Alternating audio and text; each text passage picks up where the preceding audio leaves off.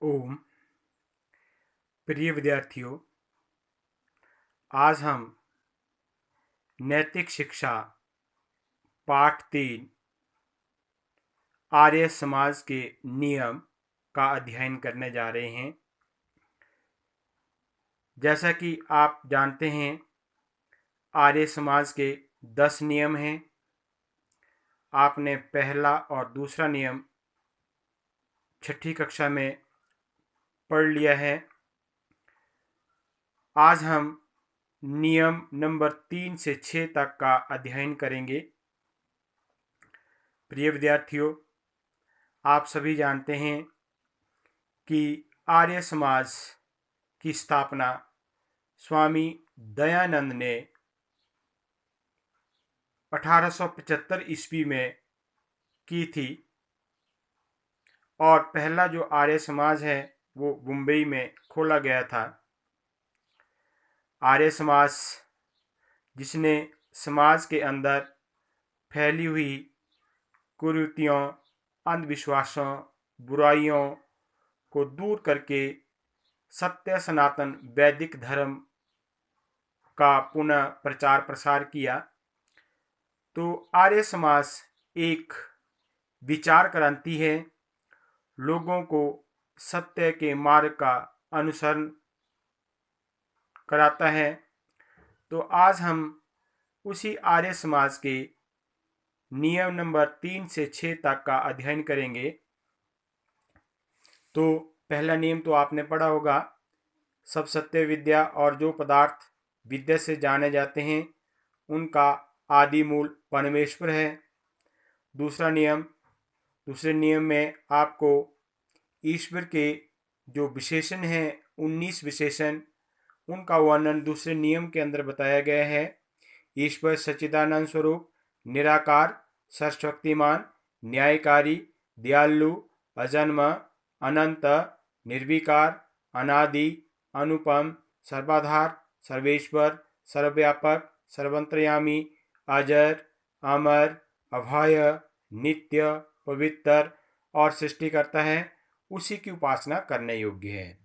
तो ये दो नियम आपने छठी कक्षा में पहले पढ़ लिए हैं। आज हम नियम नंबर 3 से 6 तक का अध्ययन करेंगे। तो तीसरा नियम, वेद सब सत्य विद्याओं की पुस्तक है। वेद का पढ़ना पढ़ाना और सुनना सुनाना सब आर्यों का परम धर्म है। तो इस नियम में क्या बताया गया है कि वेद सब सत्य विद्याओं की पुस्तक है।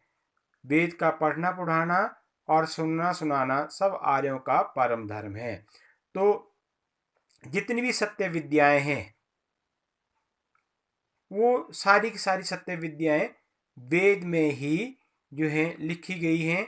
तो क्या बोलता है, वेद का पढ़ना पढ़ाना और सुनना सुनाना सब आर्यों का परम धर्म है। तो हम भारतीय जो है आर्यों की संतानें हमारी मानी जाती हैं। आर्य का अर्थ होता है श्रेष्ठ, उत्तम विचार वाला, अच्छे स्वभाव वाला, धर्मात्मा, परोपकारी।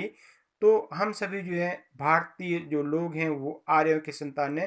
तो बोलता सभी आर्यों को जो है वेद का पढ़ना पढ़ाना और सुनना सुनाना उनका परम धर्म है। तो व्याख्या दी गई है तीसरे नियम की।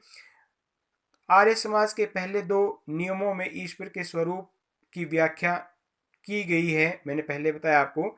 तीसरे नियम में यह बताया गया कि वेद क्या है और उसके संबंध में हमारा कर्तव्य क्या है।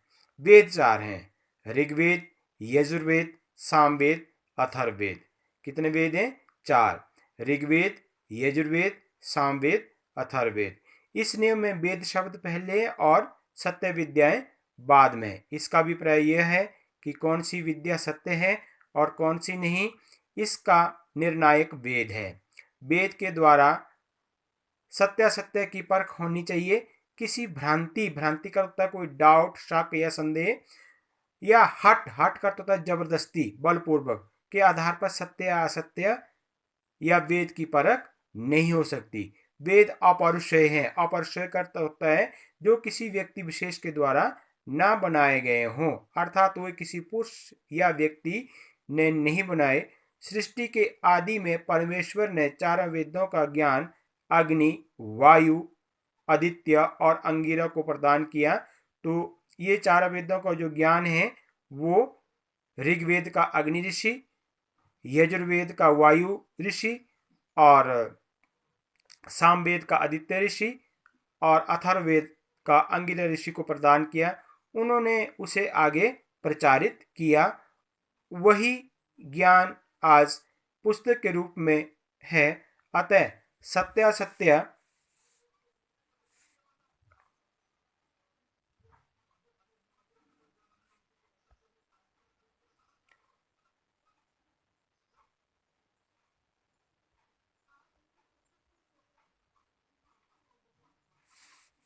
सत्यासत्य और कर्तव्य को जानने के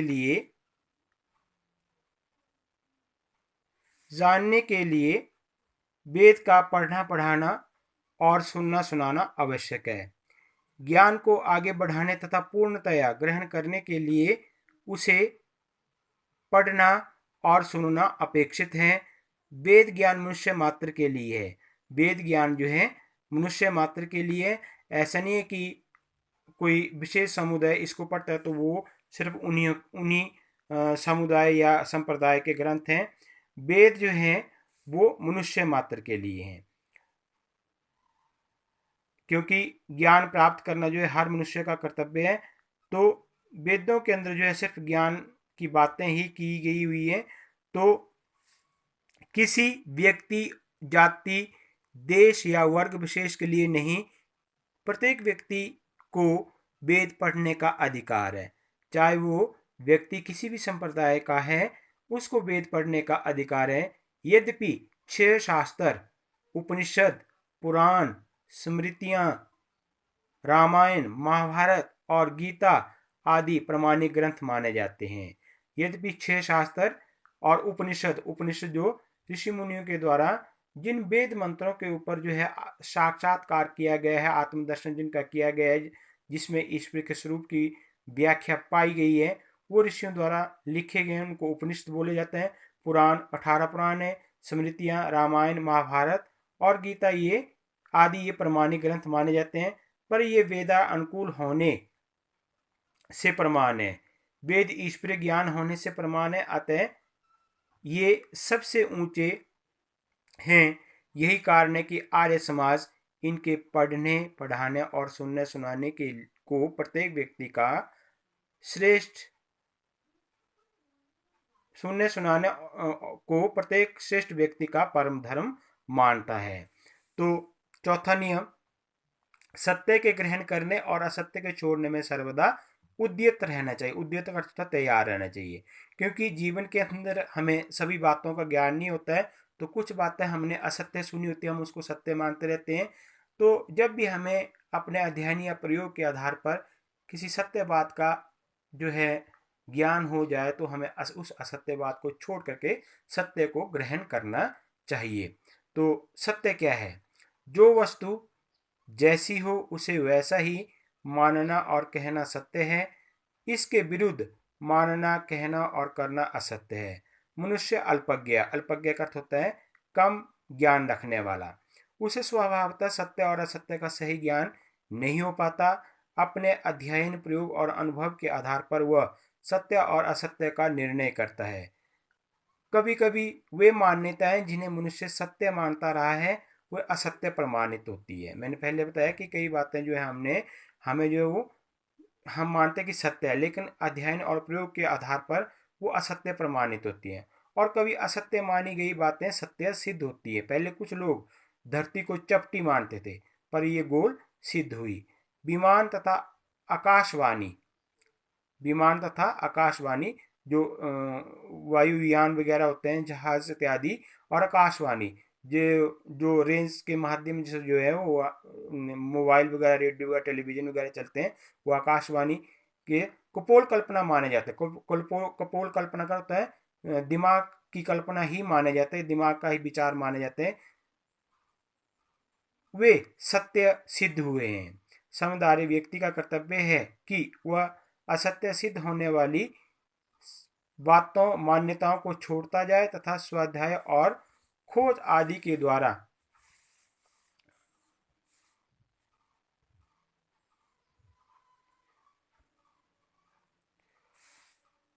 खोज आदि के द्वारा उपलब्ध सत्य ग्रहण करता जाए। व्यक्ति को अपना आचरण सत्य पर आधारित रखना चाहिए। सत्य की खोज तथा उसके आचरण में सदा लगे रहना चाहिए। असत्य को तुरंत छोड़ देना चाहिए। तो मैंने इस नियम में बताया कि जैसे ही हमें सत्य बात का ज्ञान हो जाए तो असत्य को तुरंत छोड़ देना चाहिए। फिर पांचवा नियम आ गया, सब काम धर्मानुसार अर्थात सत्य और असत्य को विचार कर करने चाहिए। जितने भी काम है बोलता वो सब काम धर्मानुसार अर्थात सत्य असत्य को विचार कर करने चाहिए। इस नियम का संबंध हमारे प्रतिदिन के जीवन से है। हम प्रतिदिन उठने से लेकर रात को सोने तक कुछ न कुछ करते रहते हैं। रात को स्वप्न में भी हमारा मन कुछ न कुछ करता रहता है। यह नियम हमें शिक्षा देता है कि जागते या सोते समय हम जो कुछ भी करें वह धर्म के अनुसार हो, पाप ना हो। जिन नियमों से संसार में सुख शांति रहती है, अपनी तथा दूसरों की उन्नति अर्थात अभ्युदय का तथा उन्नति होता है। जिनका आचरण कल्याणकारी है, जिनका आचरण जो अपने लिए भी और दूसरों के लिए भी कल्याणकारी है, वे नियम धर्म कहलाते हैं। नास्ति सत्यात् परो धर्मो न असत्य पातकम परमम। सत्य से बड़ा धर्म और असत्य से बड़ा पाप नहीं है। छठा नियम आ गया आपका, संसार का उपकार करना इस समाज का मुख्य उद्देश्य है, अर्थात शारीरिक, आत्मिक और सामाजिक उन्नति करना। तो संसार का उपकार करना जो है इस समाज का मुख्य उद्देश्य है, अर्थात शारीरिक, आत्मिक और सामाजिक उन्नति करना। तो इस नियम की व्याख्या, आर्य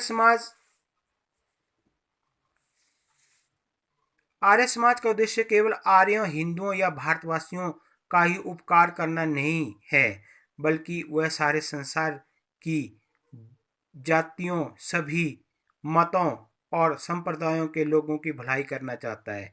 यह भलाई 3 प्रकार की होती है, लोगों के शरीर की उन्नति, आत्मा की उन्नति तथा सामाजिक उन्नति।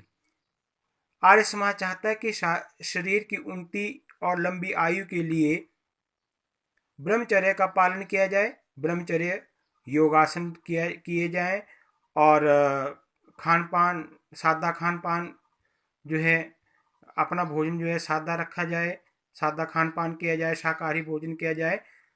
सादा खान पान, व्यायाम, नियम पूर्वक स्नान, ध्यान, संध्या, प्रार्थना तथा उत्तम ग्रंथों के पाठ से ब्रह्मचर्य की रक्षा और शरीर की उन्नति होती है। गृहस्थ जीवन में भी संयमी रहना चाहिए, अर्थात सहनशील रहना चाहिए। आत्मिक उन्नति के लिए चरित्र की पवित्रता के साथ साथ अष्टांग योग के जो 8 अंग हैं उनको अष्टांग योग बोला गया है। अष्टांग करता 8 अंग। योग के 8 अंग हैं, यम, नियम, आसन, प्राणायाम, प्रत्याहार, धारणा, ध्यान, समाधि। योग द्वारा आत्मा से परमात्मा के दर्शन की योग्यता पैदा करना अपेक्षित है। अपेक्षित का अर्थ होता है जरूरी, तथा सामाजिक उन्नति के लिए सामाजिक कर्तव्यों का पालन अपेक्षित है। देव पूजा, संगति कर्म तथा दान द्वारा इस सामाजिक भावना का विस्तार होता है। तो इस तरह से ये आर्य समाज के नियम 3 से 6 तक इस पाठ के अंदर व्याख्या सहित मैंने आपको इसका भाव समझाया। तो अब इसके प्रश्न जो है मैं आगे फोटो ले करके जो है इसी के साथ, इस वीडियो के साथ डाल रहा हूँ। तो आप सभी बच्चों से विनम्र प्रार्थना है कि आप इन प्रश्नों को कॉपी केंद्र करें और साथ में याद भी करते रहें। तो आज की वीडियो में इतना ही। धन्यवाद। इति ओम शम।